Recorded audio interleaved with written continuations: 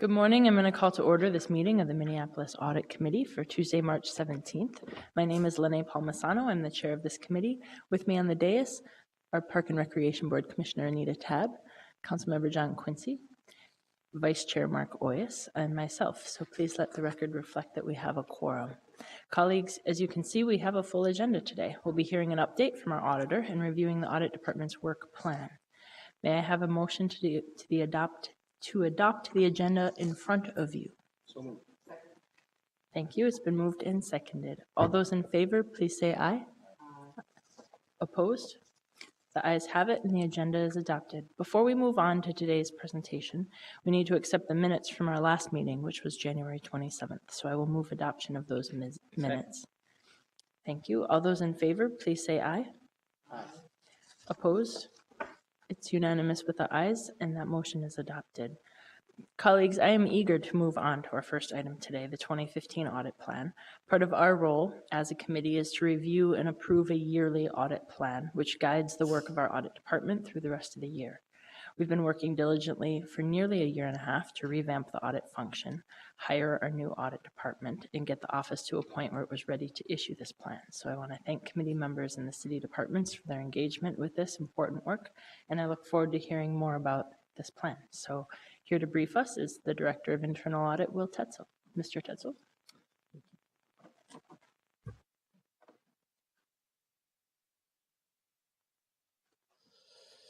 Chair Palmisano, Audit Committee, good morning. Quick agenda. I'm going to first go over the audit plan, talk about the follow-up of findings from the prior audit team and our progress there. Update you on the projects that we're currently working on that are in progress. And then I'm going to discuss our IT audit outsourcing efforts, and then talk about staffing and introduce a couple of new faces to you. The revving up to the audit plan, there's quite a bit of work that has to be done through a risk assessment process. And what you can expect from that going forward is to kind of evolve continually. The risk assessment process, the objective of the risk assessment process, excuse me, is a few things. In our first go through, one of the things that we wanted to do was one, educate department heads, city leaders, and divisional leaders on what we mean when we say risks and controls, and talk about the 3 lines of defense that you guys were all made aware of in our prior meeting that we had with PricewaterhouseCoopers. So level the playing field with some of the jargon that we use. Another aspect of that education is for us to learn about the different departments and divisions within those departments. The more that we understand how they operate and how they work and who's there, the better job that we can do in 1, determining the projects that we work on, and 2, scoping those out and building those relationships to the point where people start calling us and asking us to help them. Next is identifying areas of heightened risk. And we do that, and there's a few ways to do that. One of them is to carry on a discussion about what are the things that are getting in the way of departments or divisions meeting their objectives from a very high level. And usually that initiates enough conversation about what things aren't working as well as people would like, that we definitely come up with a wide variety of work that we can do. The next is, like I mentioned, to continually evaluate this risk landscape. So rather than this be a one-time per year thing, we'll probably check in with people throughout the city, depending on the size of the department, at least twice a year. So if things are emerging or popping up that need attention or require the attention of the audit committee, we can reprioritize our audit plan. One thing I want to mention here is that this is a continued effort. So I started in late October and had one staff member join in early December. It's a large amount of work to come into the city, meet with all the department heads, understand where their risks are, and turn that into a plan. Because of some scheduling conflicts and other personnel issues between us and departments, there are a few areas that we're still working on risk assessing. This is CPED. As you guys know, Craig Taylor joined the city shortly after me. They've had some transitions in leadership there, so this department will take a little bit more time for us to get in with. Public Works is another one, very large department. We've initiated our risk assessment with them, and we'll continue to. It'll just take a little bit longer to get through the complexity and the size of these two departments before we can determine the kind of work that we want to do there. Parks and Rec is another one that we've had initial discussions with, but we need to continue those. So we'll keep working with the leadership team over there to determine the work that we can do. And IT, it's been blended. We've had some initial discussions with them, and we have plenty of IT work on the plan, but we need to dig a little bit deeper into the IT department and risk assess them like we have with others. They have a pretty busy year. And so I think we've got enough on our plan that's IT related that I'm pretty comfortable that we're hitting the right spots based on conversations with Audit. We just like to do a little bit deeper dive into the risks of what IT owns within the organization. And last point here, this is really, I would like you to think of the audit plan as a point in time document. As risks emerge in the city or priorities change, we want this plan to be flexible, so we make sure that we're allocating our resources where it's appropriate and where there's value to the city. If you think about as we go through CPED and Public Works and Parks and Rec, there might be some items there that bubble up from a risk perspective higher than some of the things on the plan now. So we might need to reprioritize the work here. But what I'll do is create a spreadsheet and be able to reconcile to show you guys what's coming off the plan, what's coming on the plan, the different hours. And so it should be very transparent to you why we're changing and what we're doing.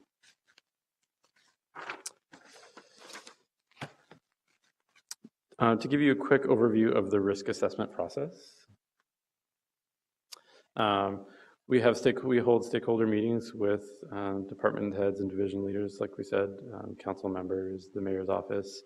We go through a little bit of education on both sides.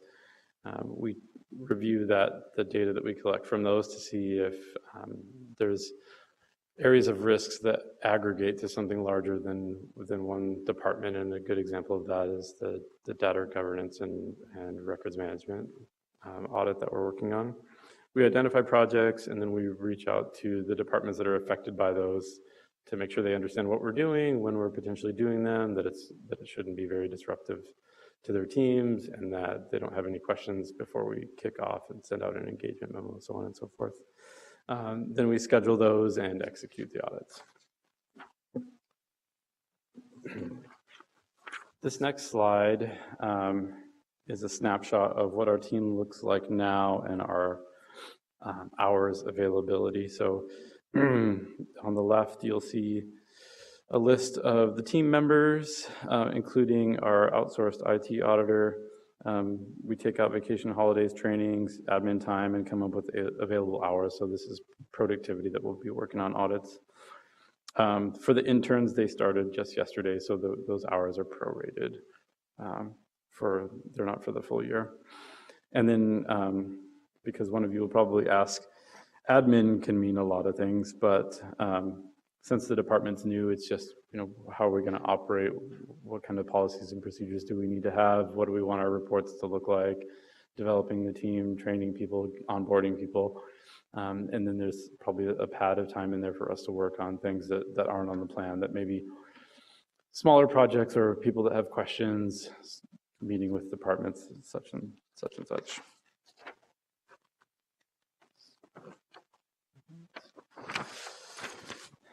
I'll go through the audit plan and briefly talk about all the projects and the objectives.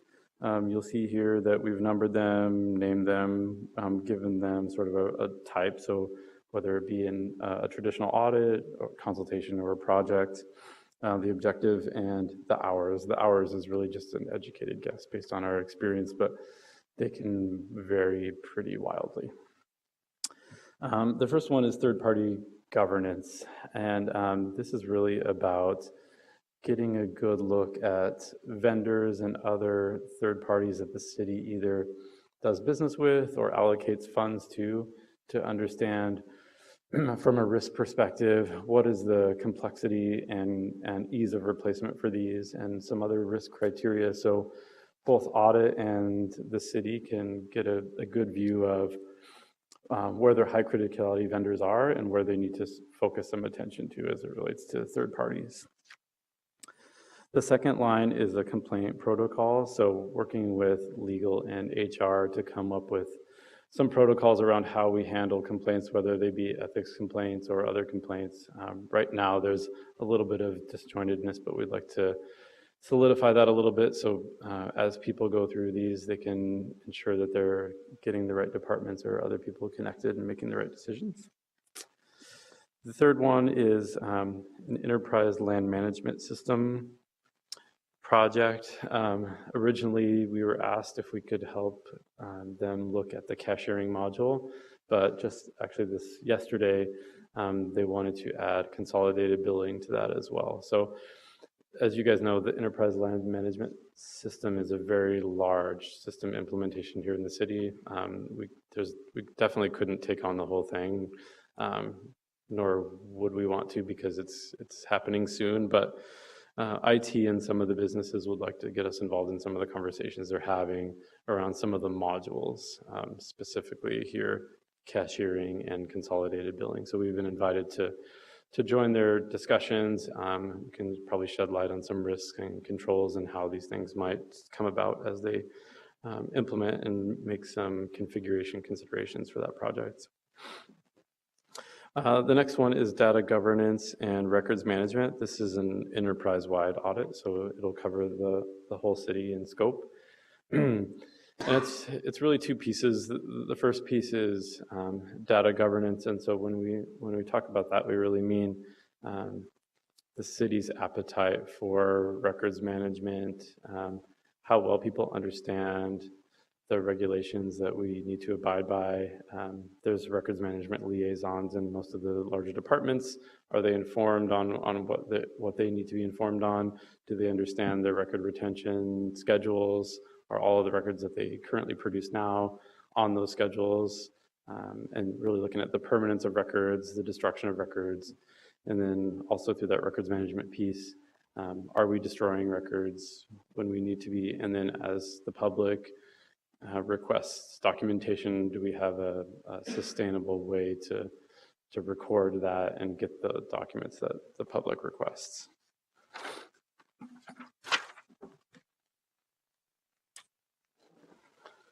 Next up is a project that we will be doing with the Controller's Office under the CFO, Mr. Carpenter.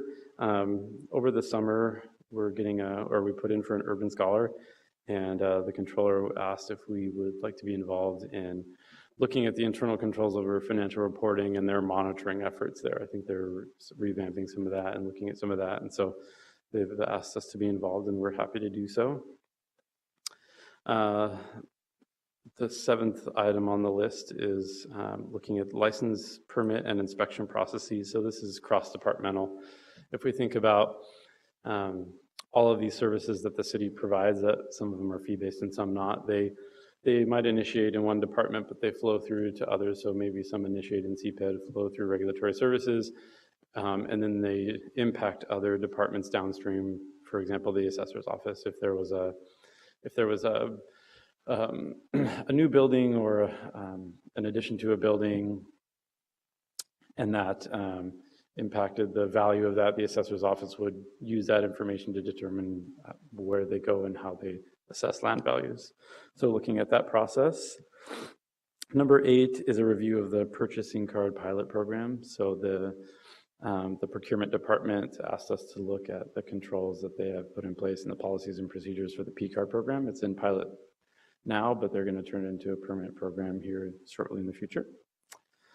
The 9th project is police body camera privacy and security review. So really a feasibility study of how we intake all of this data from a technological perspective. They're looking at 2 different vendors, and so we're helping them analyze the solutions for both of those vendors. One's cloud-based storage, one's in-house storage. So helping them go through that and pointing out some IT risks and some other operational risks that they might encounter in setting that program up.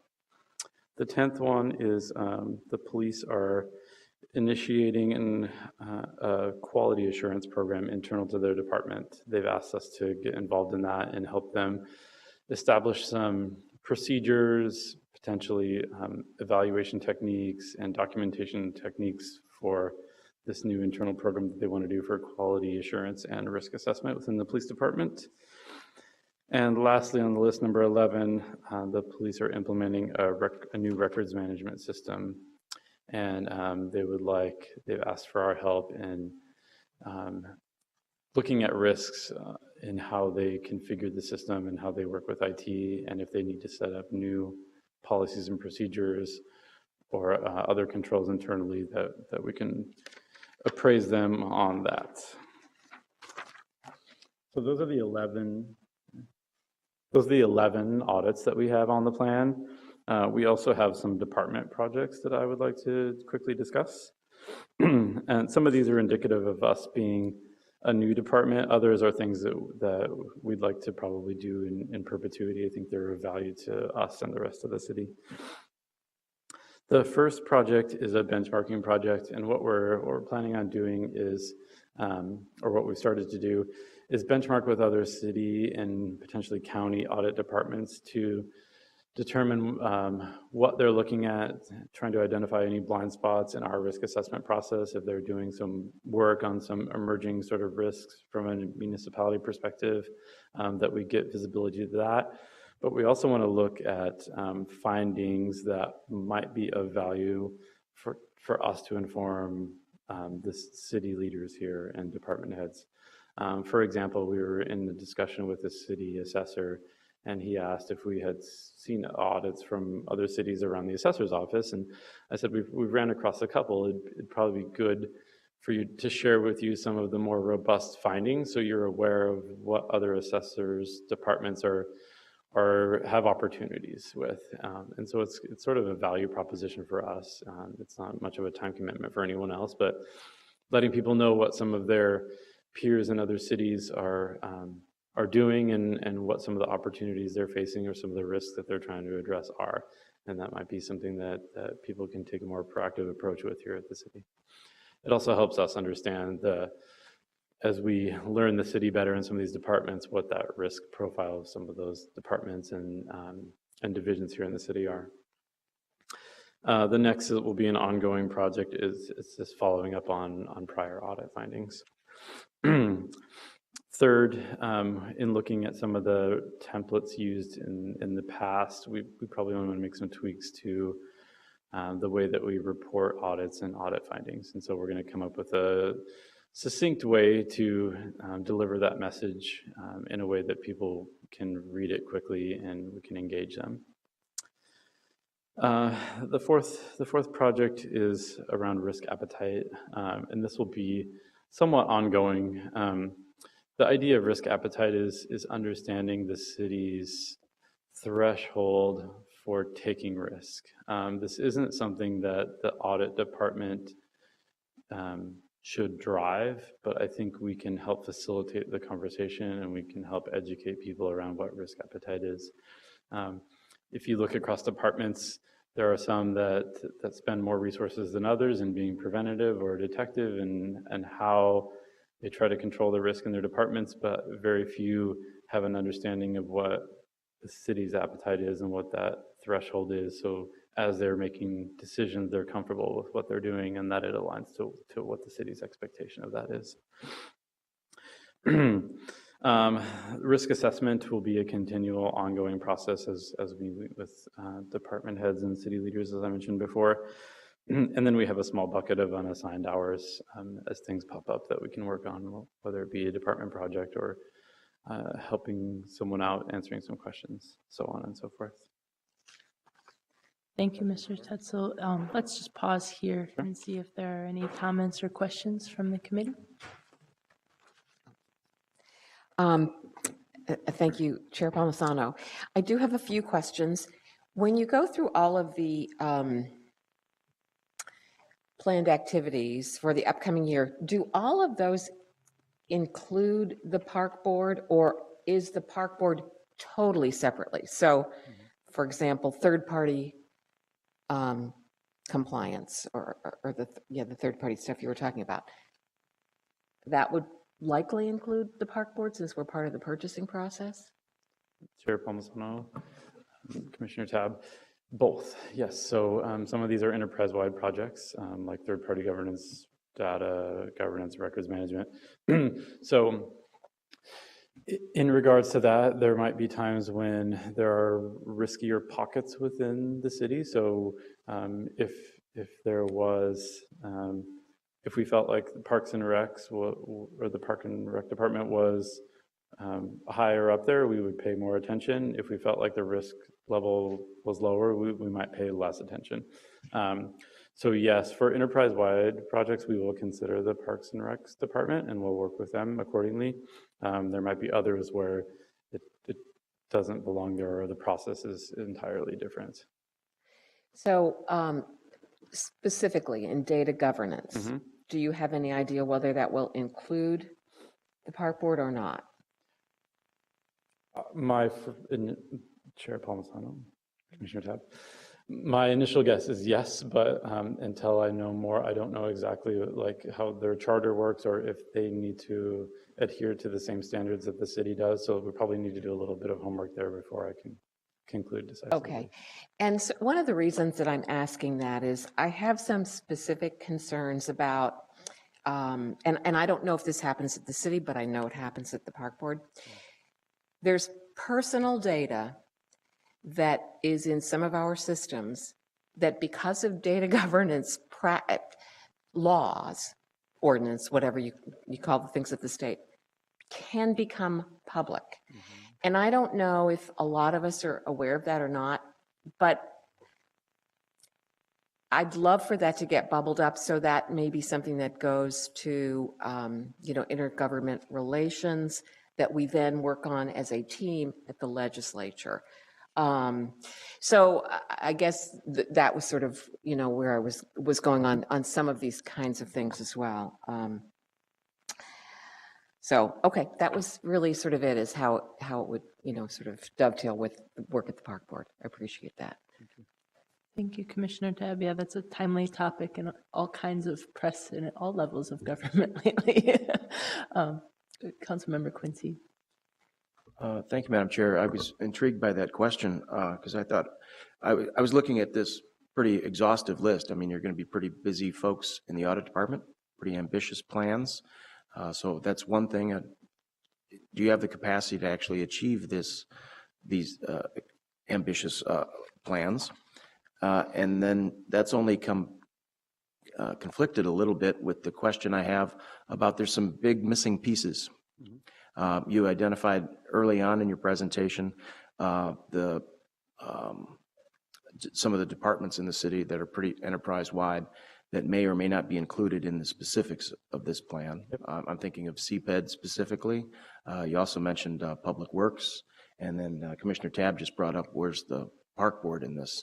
It's not outlined specifically. So think about ambitious plan. Do you have the capacity? And then how do we address these missing big pieces as we blend these together?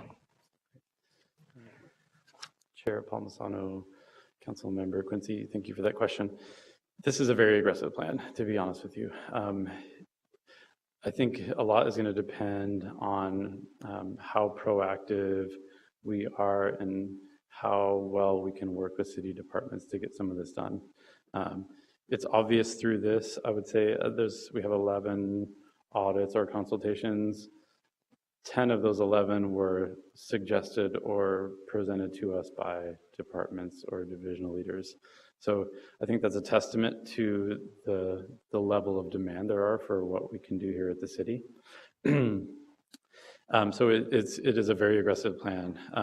We were resource constrained this year, so we're going to do the best we can. We're working on bringing some interns on board, and I think we just need to be smart about where we spend our time and how we allocate it. To your second point, the there are very large parts of the city that aren't on the plan yet because we haven't been able to get through all the way through those departments and determine the projects that we want to add to these. I can't imagine that nothing would come out of Public Works, CPED, Parks and Rec, and IT. If anything, there's probably a larger body of work in those departments alone than we have in the 11 projects that we have now. So a couple things. One, we're gonna have to continually reprioritize what we're working on. Two, we're gonna need to figure out for future years how big of a department we need to address the risks of the city in helping departments and divisional leaders and city leaders adequately and appropriately manage risk. I think in the reason that I wanted to be pretty aggressive in our plan this year is to show the city and to demonstrate that we can get out there and we can do good work and we can be productive. I think that in itself will speak to the value of internal audit, not only in some of the audits and consultations that we do, but in some of that other intrinsic value that we can provide, informing people of things that some other cities are getting caught up in, risks and findings that they're working on, some of the areas that they're struggling with. I think that will be definitely, in my opinion, I would obviously want that as a department head. And so it's a little bit of a struggle. I mean, we're small now. We're budgeted for 3 full-time headcount. We've decided for that third position to hire a handful of interns so we could just get out there more, get more people out there doing more work. But in the future, that's not going to work in perpetuity. And so I think we need to plan on using the success of what we can do here in this next year, in the remainder of 2015, to guide what audit should look like in coming years. Right. And I was thinking more of the project types that you identified here. Consultation seems to be a lot of those, which makes sense. That I imagine happens at various timing phases of a project, before, during, at the conclusion of something, to find out how it worked. How would that fit into the plan as you're talking about business plans for a department? Is it something that they're trying to set up, or something they're trying to respond to? Where does the consultation kind of aspect fit into the plan? Chair Palmisano, Councilmember Quincy. Good question, thank you. The way I like to differentiate an audit and a consultation is audits are something that we might look at that are in existence and have been for some time, mature processes that just need looking at, where a consultation might be an implementation of something new, right? Like if you think about the police records management system, the P card, as a department or division is taking some initiative on something, a consultation is really bringing us along so we can advise them of how something might be designed or what risks they need to think of as they put something into place. And then we also have projects, and those are probably a little bit more loosely defined. That might be something like the neighborhood and community relations work that we're doing, where we're overseeing a body of work, but I wouldn't call it an audit or consultation, more like, I guess, an evaluation would be another word for that. Right. I think a lot of that work is going to be up to the department head of the affected department, to how that implements their budget, how it sets up in the budget conversation for the end of the year, and where they're at with their business planning process. So I imagine it's a fluid process, and certainly collaborative, and that you're not trying to impose an operation change on a department. You're actually responding to what they're seeking more input on to help them guide their work, and that's a terrific aspect of that. I guess my final question, Madam Chair, is talking about the role of this committee. How much are we going to see of these consultations? Or are you reporting back to the department heads, going back to the city coordinator, mayor's office? Where are we seeing the role of this committee intersecting with the work you're doing? Chair Palmisano, Councilmember Quincy, We will have a deliverable for all of the audits and consultations. The audits will be in more formal documentation. The consultation will probably be a memorandum of sorts. If we have some recommendations that our business partners agree with, we might include those and their action plans or how they're going to address that. But yes, they'll definitely be informed on the work that we're doing and the results of that work. Great, thank you. Just a comment here for my colleagues, because it's something that we had spoken about in agenda setting. From the aspect of governance, an appropriate audit committee is a separate committee of the council and the right kind of governance that this can have. I do believe this audit work plan should be shared in front of the full council, so I anticipate bringing it to, like, as an FYI kind of item at a committee of the whole meeting sometime in the future, but after this committee approves it. So are there any other questions or comments? All right, well, with that, may I have a motion to approve the 2015 audit plan? So moved. Great, it's been moved and seconded. All those in favor, please say aye. Aye. Those opposed? The ayes have it, and the 2015 audit plan is approved. In addition to the great work laid out here in the 2015 audit plan, Mr. Tetzel has been busy getting his team into place and working on a variety of other initiatives. He's prepared an update for this committee regarding things like staffing, current projects, and follow-up on previous findings. He also has an update for a contract with IT auditing services, a topic he introduced at our last meeting. So, Mr. Tetzel, go ahead and continue. Thank you. First thing I want to talk about here, and I'll probably talk about it at every audit committee meeting, is an update on our findings follow-up. So from the last meeting, we have 24, actually this is just updated recently, 24 outstanding findings. We've closed 3 of them, working with, a lot of these are pretty old, so I think some of them date back to 2011, and so we're dusting off a lot of the verbiage here and reminding people of some of the items that that existed when we adopted these findings. A few of them we have just deleted because we didn't feel like it was an audit finding. It was more of a business recommendation, but it wasn't, clearly wasn't an audit finding, so we got rid of some of those. We'll continue working on these, and we should see a lot more progress going forward. Haven't had any resistance in this effort yet. It's just some of it's timely because people haven't been talking about it for a while now.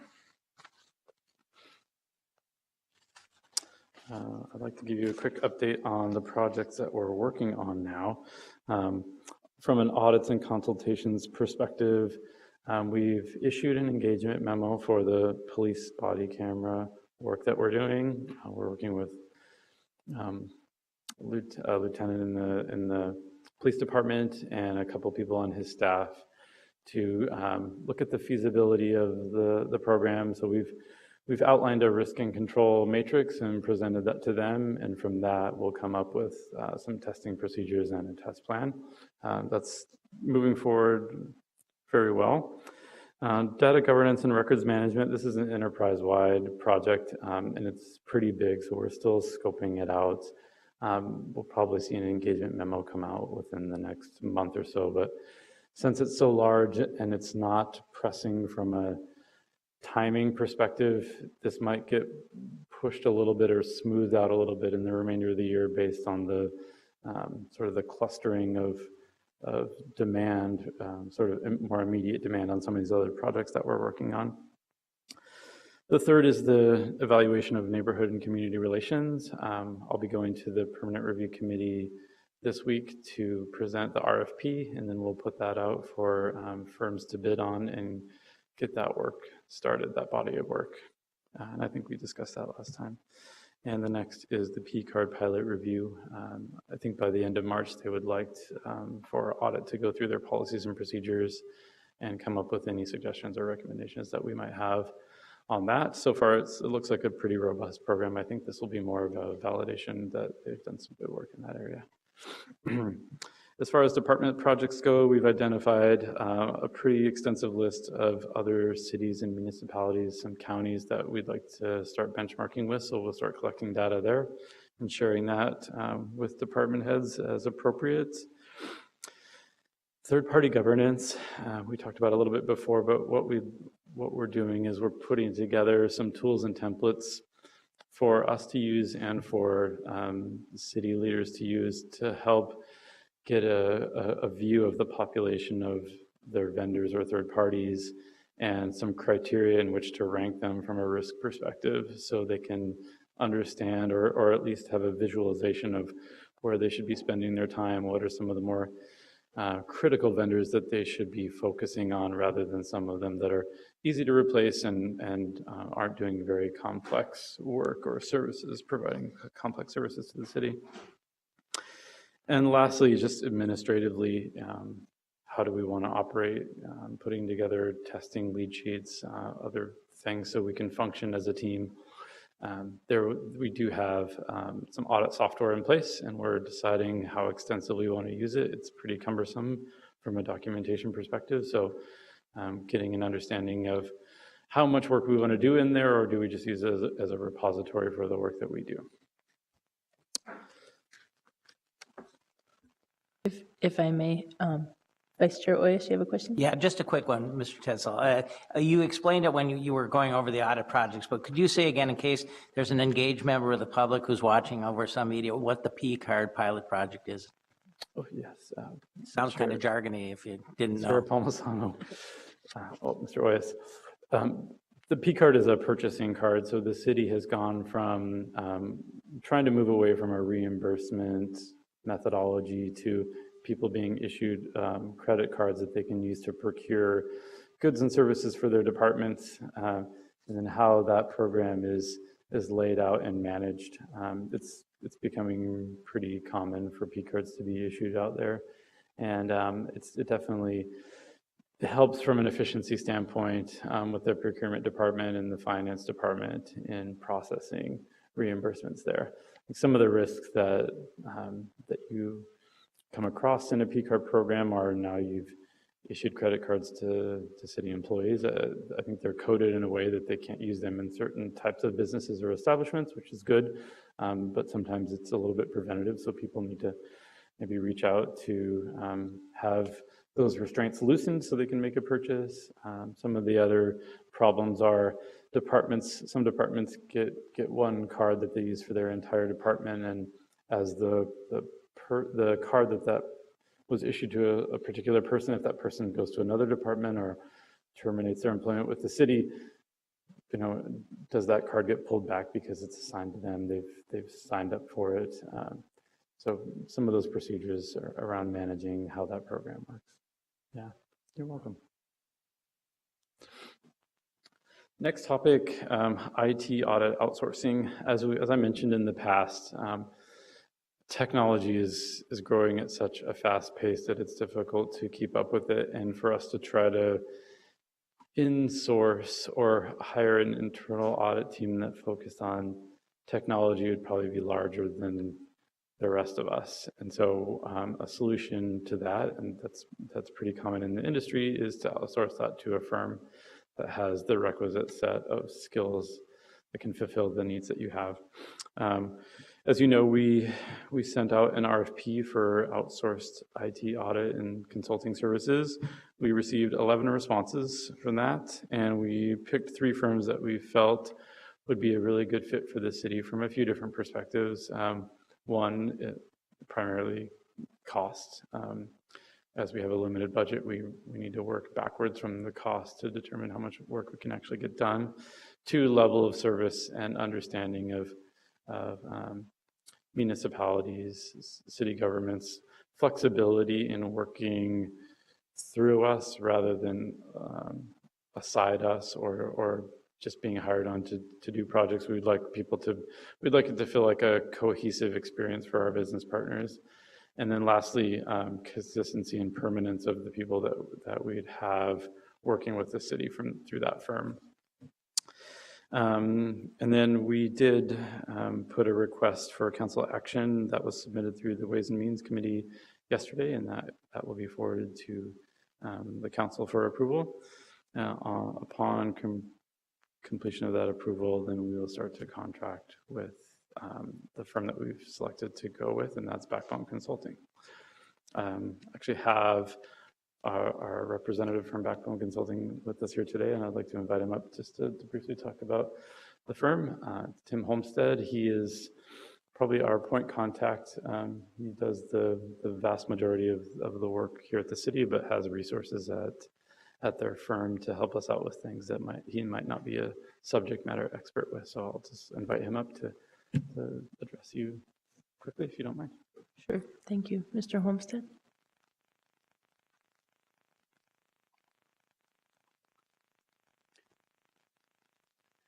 Chair Palmisano, Audit Committee. My name is Timothy Homestead. I am a manager at Backbone Consulting. We're a small, locally owned consulting firm specializing in IT security, IT privacy, compliance, and IT audit work. We are a minority-owned company, so we are going through the process of being certified under the DBE, or the Disadvantaged Business Enterprise Program. Additionally, we have other local contracts around the city working with healthcare companies and other private and public companies specializing in security and privacy work as well. Thank you. It's nice to see a living, breathing contractor here. We typically just get, oh, we're awarding a contract to such and such. So thank you for being here today and being a face of your organization. Thank you. And Backbone would like to thank the City of Minneapolis, the Audit Committee, and Mr. Tetzel for the opportunity to partner with the city going forward. Thank you. Thank you. Mr. Oyes? I trust that you'll manage this contract closely. I don't want to hear that the backbone slipped, okay? Okay. Okay. Lastly, I would just like to give a staffing update, since you probably see some new faces here, and formally introduce people to the Audit Committee. If each of you will stand up when I call your name. The first person that I hired here at the city, our senior auditor, Jennifer Nevers. Jennifer has experience both with the Office of Legislative Auditors at the state and with a large Fortune 500 company here in the city of Minneapolis. Our busier, or I guess almost full-time internal audit associate, Therese Vandegrift. Therese is a full-time student at St. Thomas, and she'll be working with us in executing our plan and working on some departmental projects. So she'll be very busy, and I think this will be a great experience for her. We also have another intern who's not here today, Matt Legaski. He'll be a part-time student. He is he's a student, sorry, he'll be a part-time audit associate. He's a student at St. Thomas as well. And he'll be starting a Master's of Accountancy program in the summer, so he'll just be with us for a few months. And we're seeking a couple more part-time interns, so we'll keep you posted as we have success in that arena. Actually, if you don't mind, one of the items that we've been working with Tim and Backbone on is trying to utilize our interns to help out with some of the IT work, so that can alleviate some of the cost of hiring a consultant. So there's some items that are IT related that are elementary enough, or I guess elementary enough for an intern to be able to execute. And so Tim said they were very willing to work with us on trying to delegate some of the work that they would normally do to the interns, to both give them a robust experience in internal audit here, but help us keep some of the costs down from a contracting perspective. We're excited about that. And that's all I have for you today. Any other questions from our group? Mr. Oyes? Quick, Madam Chair, I might be off on this procedural stuff. Do we have to do anything formal for I will item be 4? after. Okay, Yep. all right. Mm-hmm. Okay, well, with those items completed, may I have a motion to receive and file both the IT audit outsourcing report as well as the update from the internal auditor? Thank you. Seconded? Thank you. All those in favor of the motion, please say aye. Aye. Those opposed? The ayes have it, and both of these reports will be received and filed.